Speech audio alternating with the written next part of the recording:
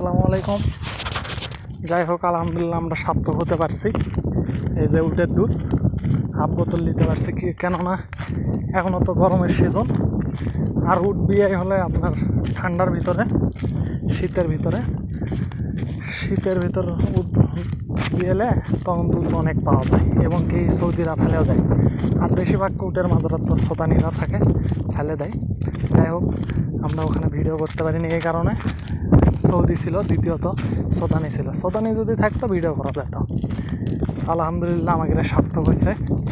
5-7 kilometre হাঁটে যাওয়ার পরে তারপরে মিটছে 1.5 ঘন্টা আমরা দুইজন হাঁটে গেছি। এই যে আমাদের আলম ভাই আর আমি। যাই হোক, আলহামদুলিল্লাহ আল্লাহ তাদেরকে হেদায়েত দান করুক। সৌদি আরব যারা আসে তাদের কিছু কিছু মনের আশা থাকে যে এই জিনিসটা খামো, কি এটা করবো, কি ওটা করবো। কিন্তু আমার যেগুলো আশা ছিল আলহামদুলিল্লাহ পূরণ হয়ে গেছে।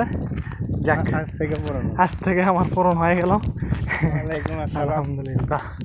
তো ঠিক আছে, এখন আমরা পাহাড়ের ভিতরে, রাতের বেলা আপনাদেরকে পাহাড় ভিডিও তো দেখাতে পারতেছি না, কেননা